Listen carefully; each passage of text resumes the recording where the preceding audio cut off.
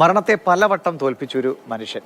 അവസാനം അദ്ദേഹത്തെ തേടിയതൊരു വലിയ ലോട്ടറിയുമൊക്കെയാണ്. ഇന്ന് അദ്ദേഹം നമുക്കൊപ്പമില്ല എങ്കിൽ പോലും ഈ അപകട വാർത്തകളുടെ ഇടയിൽ ആ മനുഷ്യൻ്റെ ക്രൊയേഷ്യക്കാരനാണ്. അദ്ദേഹത്തിൻ്റെ ജീവിതം കൂടി ഒന്ന് പരാമർശിച്ചു പോകാമെന്ന് കരുതുന്നു. സൗമ്യ ആർ കൃഷ്ണയാണ് നമുക്കൊപ്പം ജീവിതം പറയുക. സൗമ്യ, ഇപ്പോൾ ഇന്ന് നമ്മൾ കേട്ടൊരു വാർത്ത പോലും വല്ലാതെ സങ്കടം നിറയ്ക്കുന്നതാണ്. സ്വന്തം കുഞ്ഞിൻ്റെ പേരിടയിൽ ചടങ്ങിന് പോയ അച്ഛനും അമ്മയുടെ സഹോദരിയും കൂടി ഒരു അപകടത്തിൽ മരിക്കുന്നു. അങ്ങനെ കഴിഞ്ഞ ദിവസം തിരുവനന്തപുരത്തുണ്ടായത് സഹോദരിയെ വിളിക്കാൻ പോകുന്ന ഒരു ചെറുപ്പക്കാരൻ സിഗ്നലിൽ വളരെ കൃത്യമായി നിന്നു. പുറകിൽ നിന്ന് അമിത വേഗത്തിൽ വന്ന വാഹനം ഇടിച്ചു മരിക്കുന്നു. അങ്ങനെ ഓരോ നിമിഷത്തിലല്ലേ ഒന്നും ചെയ്യാതെ ഒന്നും അറിയാതെ പല നിരപരാധികളും ഇങ്ങനെ അപകടങ്ങൾക്ക് കീഴടങ്ങുകയാണ്.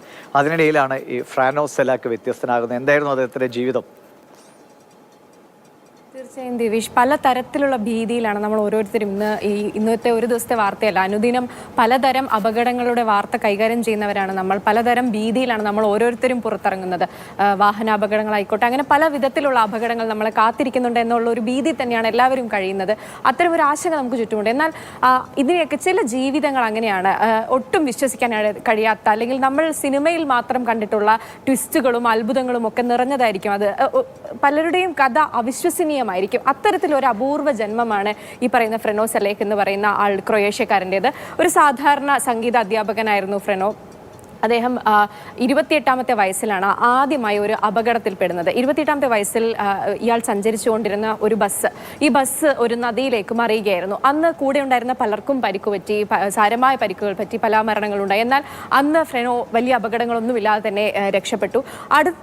പിന്നീട് അങ്ങോട്ടുള്ള കഥയാണ് ഈ പറഞ്ഞ പോലെ ഒരു അവിശ്വസനീയമായ ഒരു സംഭവ വികാസങ്ങളാണ് പിന്നീട് ഉണ്ടായത്. 6 തവണ പിന്നീട് അപകടങ്ങളുണ്ടായി. അതും ചെറിയ അപകടങ്ങളൊന്നും അല്ല കേട്ടോ.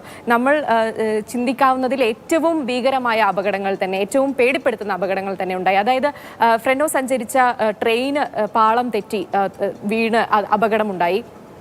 അടുത്തത് വിമാനമാണ്. വിമാനത്തിൽ യാത്ര ചെയ്തുകൊണ്ടിരിക്കെ വിമാനം ഈ ക്രാഷ് നടന്നു. ആ ക്രാഷിൽ ഫ്രെനോ മാത്രം, ഒട്ടുമിക്ക യാത്രക്കാർക്കും വലിയ സാരമായി പരിക്കേൽക്കുകയും പലരും മരിക്കുകയും ചെയ്ത ആ കൂട്ടത്തിൽ ഫ്രെനോ മാത്രം ഒരു വൈക്കോൽ കൂനയ്ക്ക് മേൽ ചെന്ന് വീഴുകയായിരുന്നു. അങ്ങനെ രക്ഷപ്പെട്ടു. അതുകൂടാതെ ഫ്രെനോ സഞ്ചരിച്ച അല്ലെങ്കിൽ സഞ്ചരിക്കാൻ പോകുന്ന അല്ലെങ്കിൽ യാത്ര ചെയ്ത് ഇറങ്ങിയ വാഹനങ്ങൾ, 2 കാറുകൾ അത് തൊട്ട് മുൻപിൽ മുന്നിൽ വെച്ചിട്ട് പൊട്ടിത്തെറിച്ച കാഴ്ചയുണ്ടായി. ഇതിൽ നിന്നൊക്കെ അത്ഭുതകരമായി രക്ഷപ്പെട്ട ഒരു സംഭവമാണ്, അല്ലെങ്കിൽ ആ കഥയാണ്. പലപ്പോഴും ഇത് കേൾക്കുമ്പോൾ ഒരു പക്ഷേ ഇതൊരു ഫിക്ഷനാണോ, ഇത് വെറുതെ ആരെങ്കിലും കെട്ടിച്ചമച്ച കഥയാണോ എന്നൊക്കെ തോന്നിയേക്കാം. എന്നാൽ അങ്ങനെയല്ല. ഇത് ഫ്രെനോയുടെ ജീവിതത്തിൽ സംഭവിച്ച ഒരു കാര്യമാണ്.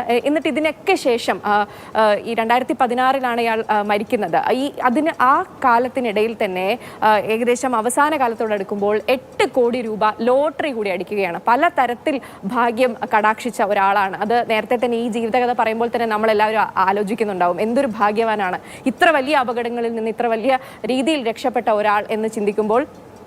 ഈ അവസാന കാലത്ത് ഒരു ഭാഗ്യ കുറി കൂടി, അത് ജാക്ക്പോട്ട് അടിച്ച് 8 കോടി രൂപ ലഭിച്ചു. ഈ 8 കോടി രൂപ അത് കൈകാര്യം ചെയ്ത രീതിയിലും വളരെ പ്രത്യേകതകളുണ്ട്. ആദ്യം വലിയ ആഡംബര വീടും വാങ്ങി അത്തരത്തിൽ ഭാര്യയോടൊപ്പം ജീവിക്കുകയൊക്കെ ചെയ്തു.